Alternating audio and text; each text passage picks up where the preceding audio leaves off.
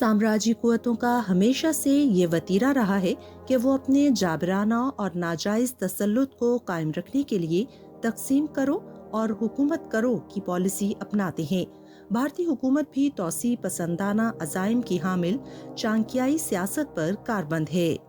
जम्मू कश्मीर के लोग भारतीय गुलामी से निजात हासिल करने की जिद्दोजहद में मसरूफ अमल हैं और बदतरीन जुल्म बर्बरियत के जरिए उन्हें खामोश की नाकाम कोशिशें कर रहा है।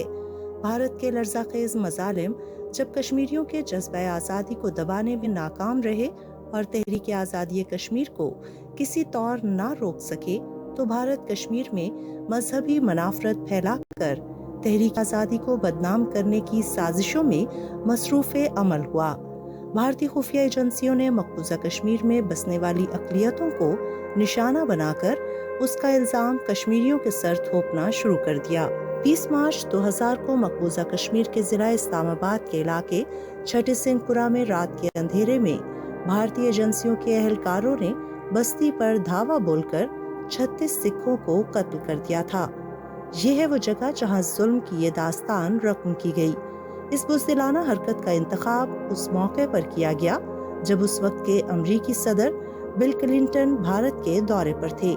जब इस वहशियाना कत्लेआम के खिलाफ वादी के तूलो अर्ज में वसी पैमाने पर एहतजाज किया गया, तो भारतीय काबिज़ीन ने एक और इंसानियत सोज वाक़या सरअंजाम दिया और मुख्तलिफ देहात से 5 बेगुनाह कश्मीरियों को पथरी बल के मकाम पर ले जाकर फर्जी झड़प में शहीद कर डाला और ये मशहूर कर दिया कि मारे गए अफराद छठी सिंहपुरा के कत्लेआम के जिम्मेदार थे।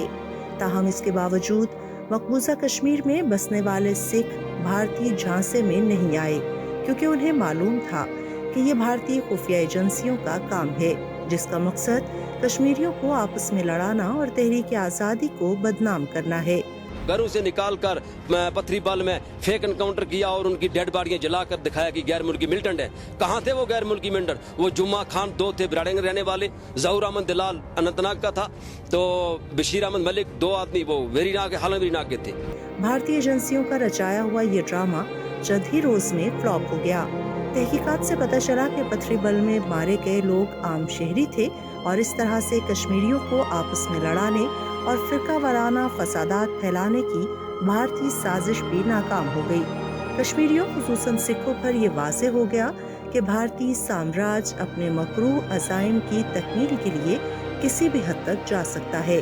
छठी सिंहपुरा कत्लेआम तहरीक आज़ादी कश्मीर के खिलाफ वाहिद भारतीय साजिश नहीं थी, बल्कि उसके बाद भी हक़ खुद इरादियत की तहरीक को दबाने के लिए भारत ने कई वारदातें अंजाम दी और कई मौक़ों पर कश्मीरियों ने भारतीय एजेंटों को रंगे हाथों पकड़ भी लिया।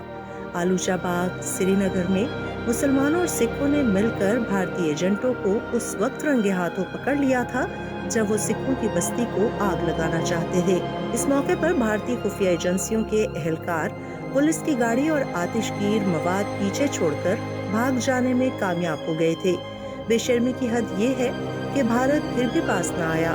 2 जनवरी 2016 को पठानकोट में भारतीय फजाइया पर हमले का ड्रामा और 14 फरवरी 2019 को पुलवामा में 40 फौजियों की हलाकत भी भारत की खुफिया एजेंसियों की कारस्तानी थी।